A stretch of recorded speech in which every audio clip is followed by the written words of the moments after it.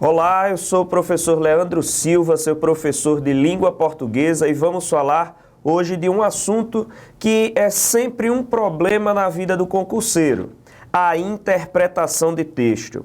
De todos aqueles assuntos que aparecem nos editais de concurso pelo Brasil afora, dois assuntos sempre atrapalham a vida do concurseiro em geral na língua portuguesa. Um deles é a interpretação de texto, o outro deles é sintaxe. Hoje nós vamos ver os principais pontos acerca da interpretação de texto e como eu posso driblar essa dificuldade que é para a maioria dos concurseiros. Vamos lá! Primeiro, nós temos que saber que interpretação é diferente de compreensão. A interpretação, em geral, que o aluno pensa que é a mesma coisa que a compreensão, não é a mesma coisa. Vê só. Às vezes o aluno diz assim: eu sou bom em interpretação, ou eu sou bom em compreensão, mas não sabe a diferença que existe entre os dois, os dois tipos de situação. O que seria interpretar e o que seria compreender? Não será a mesma coisa? Claro que não. E é exatamente isso que às vezes dificulta na hora da realização da questão. Porque o aluno chega na questão e olha: mas a letra A responde, mas também a letra B está correta. Será que tem duas respostas corretas? E aí, às vezes, inclusive, chega até mim para perguntar se a questão tem ou não tem direito a recurso. Na verdade, o que acontece é que ele não soube diferenciar o que é interpretação do que é compreensão. E na hora de responder, isso é fundamental. Porque você pode estar marcando uma alternativa que diz respeito a uma interpretação, quando o comando da questão está pedindo, na verdade, uma compreensão e vice-versa. Vamos ver agora qual a diferença entre ambos. A compreensão, geralmente, é quando aparecem comandos na questão como segundo o texto, o autor ou narrador do texto diz que, o texto informa que, ou ainda no texto. Vê só. Observe que comandos desse tipo, geralmente, dizem respeito àquilo que está no texto. Ou seja, a resposta a uma questão de compreensão vai estar no texto e nunca fora dele. Quando você parte para resolver uma questão que fala sobre segundo o texto informa que, no texto e etc., não há outro lugar senão o próprio texto para responder essa questão. Portanto, você não pode ir além, você não pode viajar, você não pode depreender. Você tem que ir de acordo com o que o texto fala e nunca além dele. Portanto, vê só, se a questão é de compreensão, a resposta está no texto.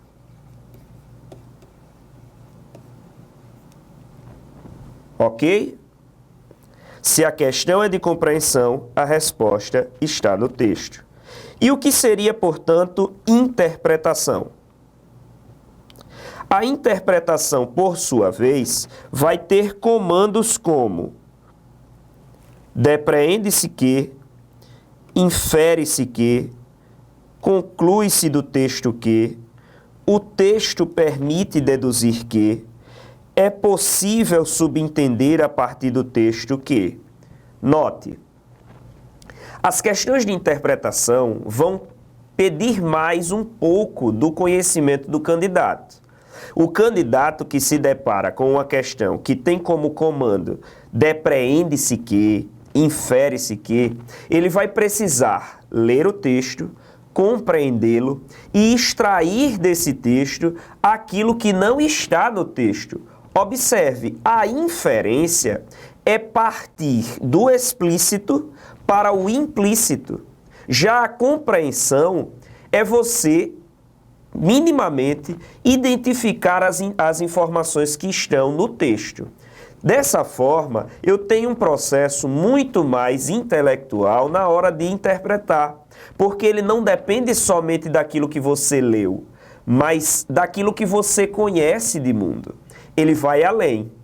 Então, sendo assim, vê,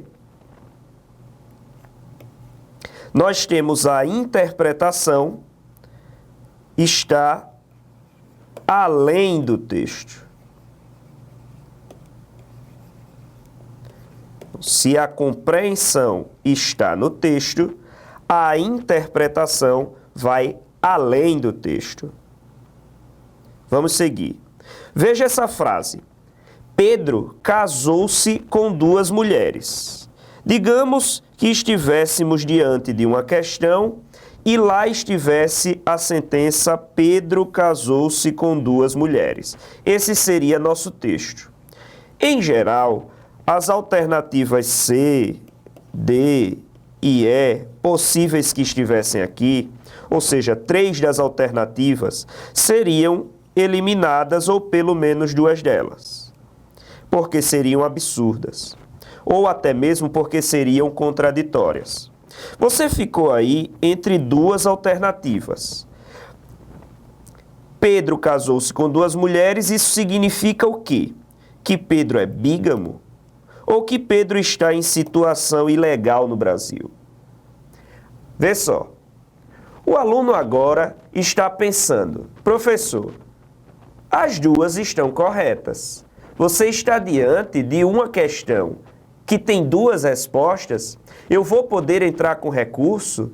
Ora, se Pedro casou-se com 2 mulheres e o meu conhecimento de mundo me diz que a bigamia no Brasil é crime, Pedro está em uma situação ilegal. No entanto, eu posso também dizer que Pedro é bígamo, posto que a bigamia nada mais é que sinônimo de casar-se com 2 mulheres. E agora, o que eu faço? Aí vai depender de qual é o comando da questão. Vê só. Se o comando da minha questão é um comando de compreensão, a resposta é letra A.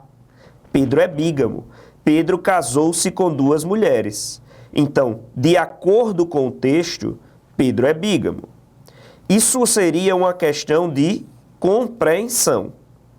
Se a questão tem como enunciado um daqueles que nós citamos e você marca a letra B, automaticamente você errou a questão, embora ela não esteja errada, mas não se adapta à compreensão.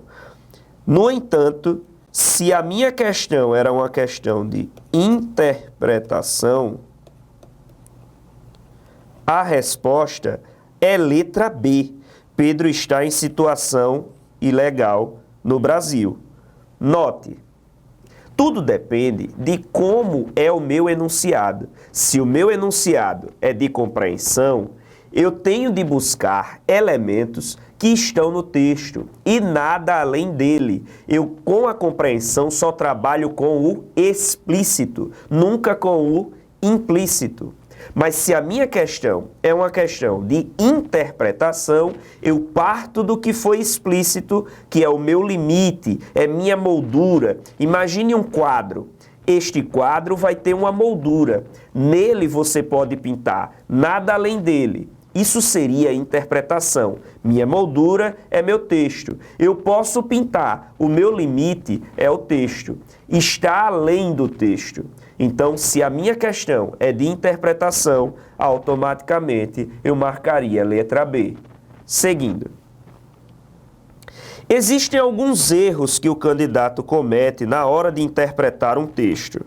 Em geral, esses erros são extrapolação, redução ou contradição. Vê só. O que é a extrapolação? A extrapolação nada mais é do que você achar que o texto diz algo que ele não diz. Isso, em geral, acontece porque quando temos um sistema de interpretar, que é um sistema totalmente cognitivo, a gente mistura as informações que tem no texto com as informações que eu trago comigo mesmo. Dessa forma, eu posso ir além do que o texto disse e extrapolar.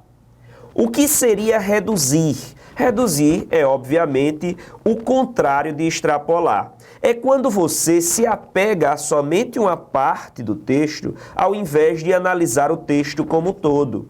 Lembre-se, a palavra texto provém do latim, têxtil. Têxtil diz respeito a tecido. O que é o tecido? Tecido é um emaranhado de linhas. A gente pode lembrar que só pode ser tecido se tiver um conjunto de linhas. Uma linha somente é somente uma linha, e não um tecido. Assim é o texto. Uma linha apenas do texto não é o texto, é apenas uma linha dele. E aí a gente pode lembrar também da palavra de Aristóteles. Não existe parte sem o todo e tampouco todo sem a parte. O texto é o todo. Quando o candidato peca por redução, ele considera somente uma parte e esquece-se do todo. E existe ainda a contradição. É aquele tipo de alternativa que induz o candidato a crer em algo contrário ao que o texto afirmou. Então ele contradisse as ideias do texto. Sigamos. Como é que eu devo ler o texto? Observe esse texto que está na sua tela. Você consegue lê-lo? De acordo com uma pesquisa de uma universidade inglesa, não importa em qual ordem as letras de uma palavra estão. A única coisa importante é que a primeira e última letras estejam no lugar certo. O resto pode ser uma total bagunça que você pode ainda ler sem problema. Isto é porque nós não lemos cada letra isolada, mas a palavra como um todo. Verdade. Vê só, essa pesquisa demonstra o seguinte: quando nós vamos para um texto, e principalmente numa condição como uma prova de concurso, onde você está hiper, mega, ultra preocupado em passar, você passa batido na hora de ler algumas coisas. E isso pode ser um erro crasso, porque você pode engolir letras, palavras, frases e às vezes até períodos, e não perceber, não se dar conta. Quando você vai à alternativa ou à afirmativa em questões de verdadeiro ou falso, você pode se deparar exatamente com uma afirmativa que é contraditória ao texto, mas é consoante com parte do texto e você, por ter pulado esta parte, você exatamente vai marcar essa alternativa. Então, muito cuidado. O que a gente tem que fazer? A cultura judaica tem uma espécie de mãozinha, que é essa que vocês estão vendo na tela, que acompanha a leitura de um texto sagrado. É exatamente isso que você tem que fazer. Vê só. Com a sua caneta na hora da prova, você vai ter uma leitura atenta e guiada. Como assim, professor? Do jeito que os judeus fazem, na hora de ler seus textos sagrados, colocando uma espécie de mãozinha por sobre o texto para não perder nenhuma letra, você vai colocar a sua caneta e vai acompanhar a leitura linha por linha, palavra por palavra, para que você não cometa o erro de pular linhas, palavras, letras, conjunções, verbos importantíssimos para a hora da interpretação de texto. Então, sempre usa a leitura guiada com a sua caneta ou com o seu dedo. Você pode fazer isso tranquilamente. Sigamos. Nessa leitura guiada e atenta que você vai fazer do texto, marque sempre os períodos. Por que eu tenho que marcar os períodos, professor? Presta atenção. Eu tenho que marcar os períodos porque às vezes o enunciado está me falando somente do primeiro, do segundo, do terceiro período e eu já vou saber, numa primeira leitura, onde estão esses períodos. Às vezes, a banca, para economizar folha e tempo, ela coloca um único texto para diversas questões. Essas diversas questões de interpretação do texto podem dizer respeito a 1, 2, 3, 4 partes distintas do texto e você já vai ter isso marcado. Outras coisas. Destaque os verbos. Os verbos são importantíssimos na hora da compreensão do texto. Destaque as conjunções. Conjunções como porém, no entanto, todavia, e etc., mudam a ordem lógica do texto. E isso pode ser fundamental na hora de interpretá-lo. Leia o enunciado. O enunciado é o seu guia para saber se se trata de uma compreensão ou de uma interpretação. Identifique os elementos. Esses elementos aqui, dos quais nós vamos falar já, são importantíssimos. Emissor, receptor, quem escreveu, qual a ideia principal, etc, etc. E qual seria a função ou as funções daquele texto? Qual seria a sua finalidade? Vê só, acerca desses elementos, nós temos a teoria da comunicação. Vê na tela. Para que haja comunicação, o texto ele precisa ter emissor, que seria aquele que produz o texto, um receptor, que seria o seu destinatário, e aí esse receptor é quem define, por exemplo, que tipo de código é que eu uso no meu texto. Porque se, por exemplo, meu receptor é um sujeito muito estudado, o meu código vai ter que estar a seu nível.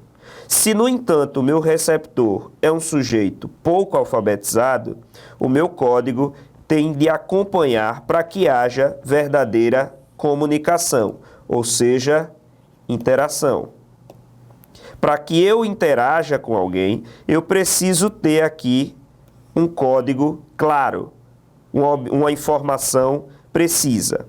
Há ainda o referente ou contexto, que é o assunto ou a situação em que circula o texto, que é a minha mensagem, por meio de um canal, de um meio de comunicação.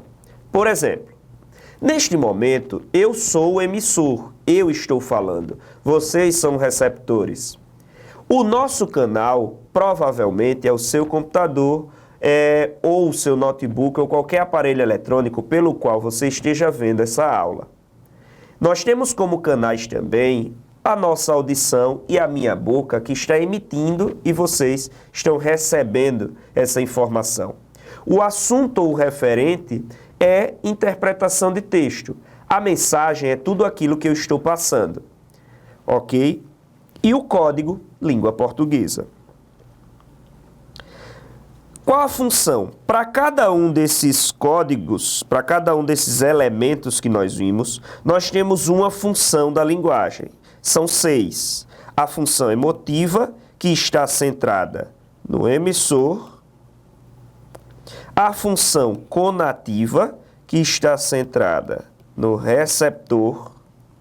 A função referencial, que está centrada no assunto, no referente. A função metalinguística, que está centrada no meu canal. A função, no meu código. A função fática, que está centrada no meu canal. E a função poética, que está centrada na minha mensagem. Para cada um deles, nós temos um elemento de comunicação, que nós vimos agora há pouco. Emissor, referente, receptor, mensagem, código e canal. E aqui, função referencial, função emotiva, função conativa, função poética, função fática e função metalinguística. Vejamos alguns exemplos de cada uma dessas funções. O que é a função referencial? Ocorrerá a função referencial toda vez que a minha intenção for denotativa, ou seja, a minha intenção seja informar. Toda vez que eu queira somente informar, eu vou usar uma linguagem objetiva. E dessa forma eu terei função referencial. Por exemplo, na terça-feira, dia 22 de abril de 2019, o real teve a maior desvalorização da sua história. Nesse dia foi preciso desembolsar mais de R$ 4 para comprar um dólar. Veja, eu estou aqui simplesmente informando. Quando a função do texto for simplesmente informar, essa função será referencial. Função emotiva ou expressiva, como nós vimos, ela está centrada no emissor e, portanto, ela é subjetiva, ao contrário da função referencial, que é objetiva. Ela aqui está tendo como finalidade expressar, por isso que ela é chamada de expressiva, expressar os anseios, os desejos, os sentimentos do emissor. Então, por exemplo, nós temos esse e-mail escrito aí por uma mãe. Meus amores, tenho tantas saudades de vocês, mas não se preocupem, em breve a mamãe chega e vamos aproveitar o tempo perdido bem juntinhos. Sim, consegui adiantar a viagem uma semana. E assim vai. Notem a utilização aqui de verbos na primeira pessoa. Consegui, tenho, né? E ainda dos sentimentos, saudades, né? Aproveitar o tempo perdido bem juntinhos, tenho muito trabalho hoje. Veja que ela está centrada no emissor. Função poética. A função poética, como vimos, está centrada na mensagem. Então, ela diz respeito a como eu vou passar essa mensagem. E aqui eu vou ter como principal elemento a conotação. A mensagem vai passar de uma maneira criativa. Então, note, apesar de não ter frequentado a escola, dizia que a vovó era um poço de sabedoria. Olha a linguagem conotativa aqui. Falava de tudo e sobre tudo e tinha sempre um provérbio debaixo da manga. Então, nós temos aqui um elemento marcante da função poética, que é o sentido figurado. Então, quando eu tenho sentido figurado, quando eu tenho conotação, eu tenho função poética. Função fática. A função fática, ela tem muita característica em diálogos. Então, em geral, diálogos estão eivados de função fática. A finalidade aqui é testar o canal de comunicação. E, portanto, eu vou ter expressões como oi, bom dia, boa noite, boa tarde, né? Como nós vemos aqui no texto, ó, consultório do Dr. João, bom dia, bom dia. Veja que esses elementos, eles servem para testar o canal, para saber se os dois interlocutores estão se compreendendo. Função conativa ou apelativa. A função conativa não é conotativa, viu, gente? Conativa ou apelativa, ela tem como finalidade convencer. E para convencer, nós usamos verbos no infinitivo.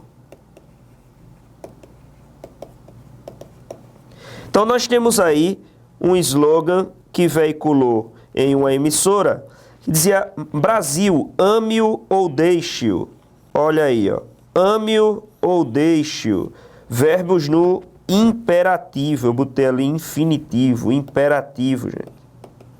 Verbos no imperativo. Porque dá ordem. Se eu quero convencer alguém, eu estou dando ordem. certo? Então, essa seria a finalidade da função apelativa. E a função metalinguística. A função metalinguística diz respeito ao uso do código. Toda vez que eu tenho linguagem falando sobre linguagem, ou seja, eu utilizei meu código para falar do próprio código, eu terei função metalinguística. E aqui nós temos um exemplo do poema de Olavo Bilac, Invejo ourives quando escrevo, imito o amor. Veja que ele está falando sobre escrever. Ele escreveu para falar sobre escrever. Com que ele, em ouro alto relevo, faz de uma flor. Torce, aprimora, alteia e lima, a frase, enfim, no verso de ouro engasta a rima, como rubim. Note, o poeta aqui está falando sobre escrever, sobre fazer poema. Ou seja, ele criou um poema para fazer poema, ou sobre fazer poema. Então, note, toda vez em que eu tiver um texto falando sobre o texto, um poema falando sobre poema, uma imagem que está falando sobre imagem, um pintor que está desenhando alguém pintando, ou seja, eu terei essa metalinguagem, né? Essa palavra meta em grego vai exatamente reportar a isso, né? A falar sobre si mesmo. Sigamos. E aí nós temos alguns erros comuns na interpretação, né? Então, geralmente o candidato, ele não lê o texto atentamente, e aí toda vez que você não lê o texto atentamente, você passa batido nas palavras e erra. Ou ainda, ele lê o texto e despreza palavras que não conhece. Presta atenção. O cara pegou a prova, começou a ler o texto, passou por uma palavra que ele não conhece, mas ele acha que ele é o cara e que aquilo dali é besteira e que a palavra pode ser descartada e vai passando por cima e vai seguindo, segue o baile.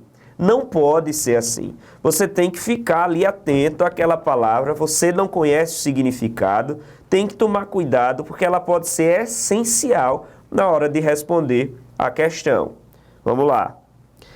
Não prestar atenção ao comando do enunciado. Presta atenção.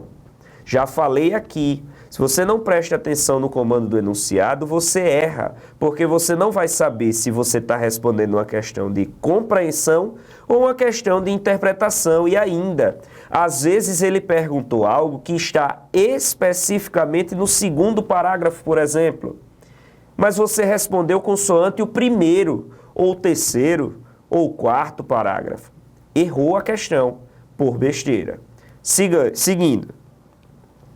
Considerar que o texto não diz nada. Então é aquele cara que acha que é o tampa das galáxias. Ele é o cara. E ele considera esse texto aqui não está dizendo nada. E aí ele não responde a questão.